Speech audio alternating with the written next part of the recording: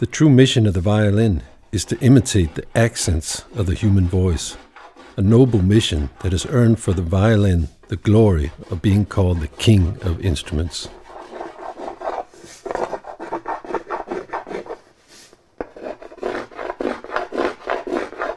Det siges, at det mest berømte violinbygger Antonio Stradivari, han stod ned i dalen, da træet blev sendt ned fra op i fjellene, og den kørte ned i nogle sluser, og han kunne høre, når træet klingede rigtigt, og så valgte han de stammer til at bygge sine violiner.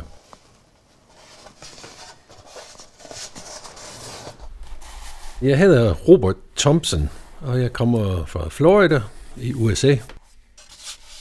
Da jeg kom til Danmark, så mødte jeg en master violinbygger i Aarhus, som tog mig ind under vingerne. Og nu, 30 år senere, så prøver jeg selv at give den viden videre til de kunder, der kommer i butikken.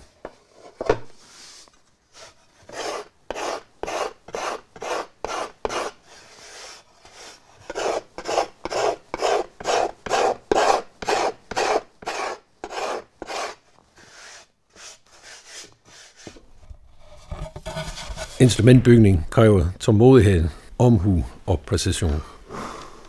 Når jeg bygger instrumenterne, så stemmer jeg træet til nogle bestemte toner. Man skal kunne høre klangen i træet og høre, når det klinger rigtigt.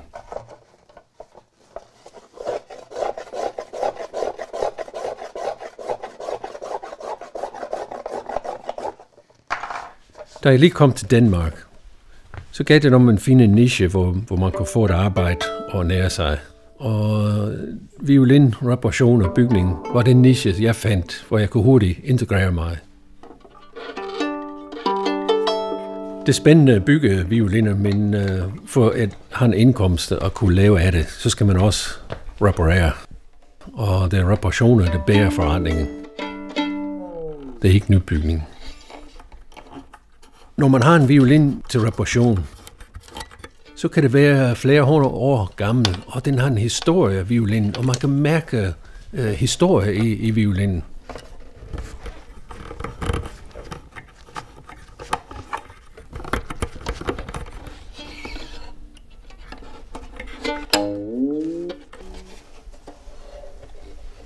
Nogle af de her instrumenter, de kan være 200-300 år gamle, og hvis man bare vedligeholder instrumentet, så kan de holde i flere generationer.